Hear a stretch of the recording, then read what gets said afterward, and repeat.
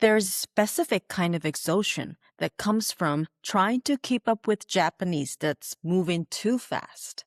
Not because your Japanese is bad, but because nobody adjusted for you.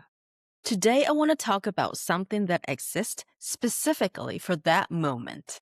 What it is, where it came from, and one phrase that you can use the next time it happens.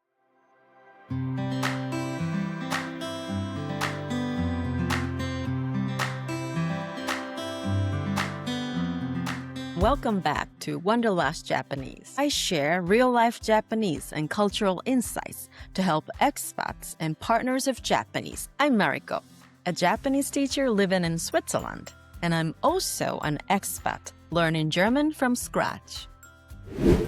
Today, I want to talk about something that changed how I think about Japanese, not as a learner, but as a teacher. It's called 優しい日本語. If you're not a total beginner, maybe you know the meaning. 優しい, kind, 日本語, Japanese. But do you know 優しい日本語 as a concept? And if you've never heard of it, don't worry, you're not alone. Most people haven't, including, honestly, most Japanese people. So let me give you a bit of background, because I think once you understand where it came from, I think you understand why it matters, especially for you. 優しい日本語 was born out of a disaster. In 1995, the Great Hanshin earthquake hit Kobe in Hyogo Prefecture. Over 6,000 people died. And in the aftermath, researchers noticed something heartbreaking.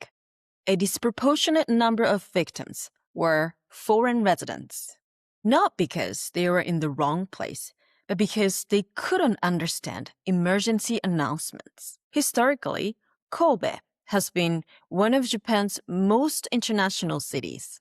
As one of the first ports open to foreign trade in the 19th century, it built a large, established foreign community over generations, one of the largest in Japan.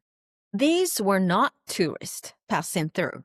They were residents, people with lives, families, and homes there. And yet, in the moment they need information most, the language left them behind.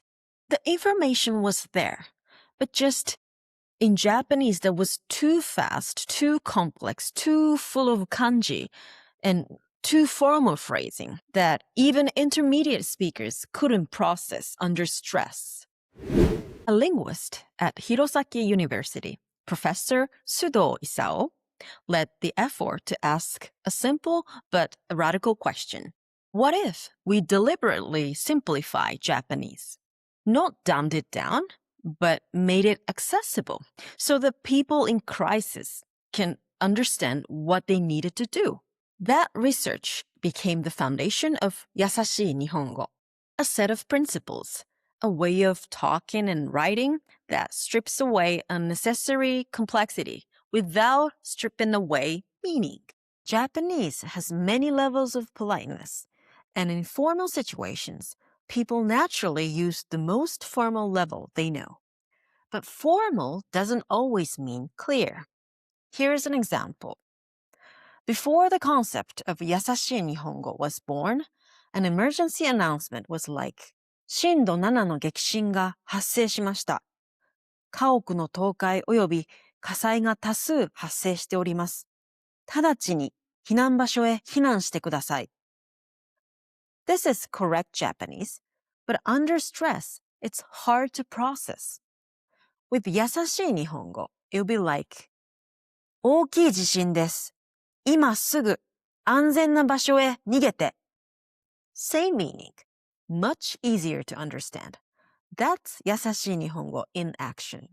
Now, here's what I find fascinating as a Japanese teacher.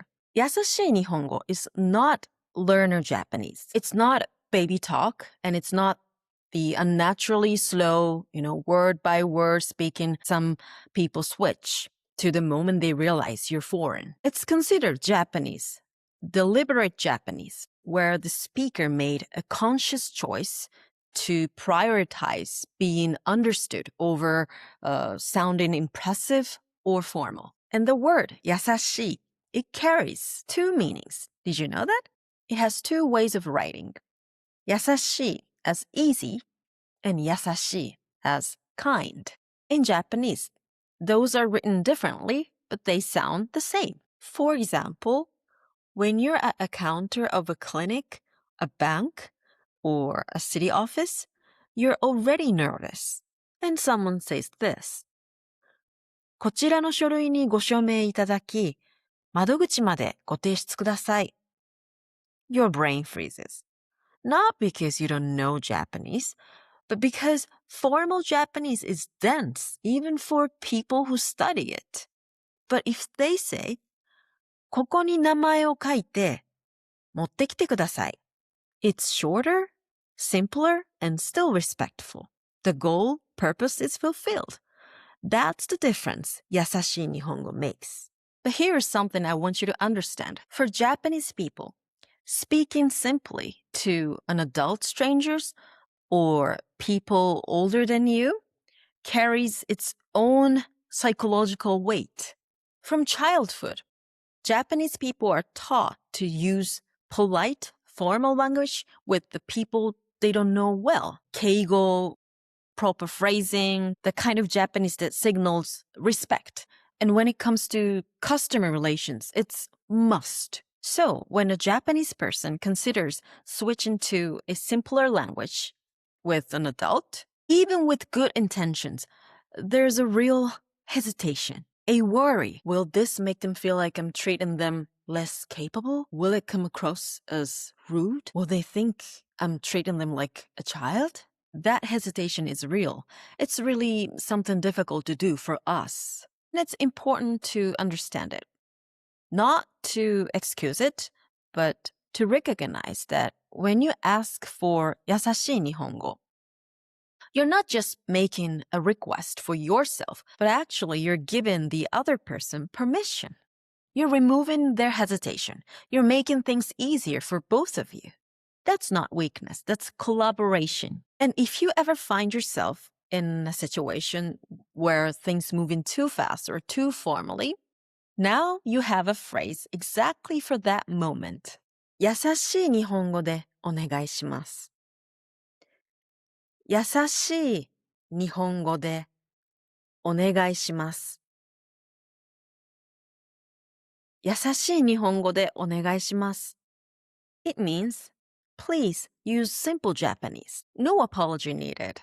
No long explanation. Just a calm, clear request. We'll use this phrase in the next episode. But before that, you can use it in everyday life. A clinic, a school, with neighbors, anywhere the language moving faster than you can follow.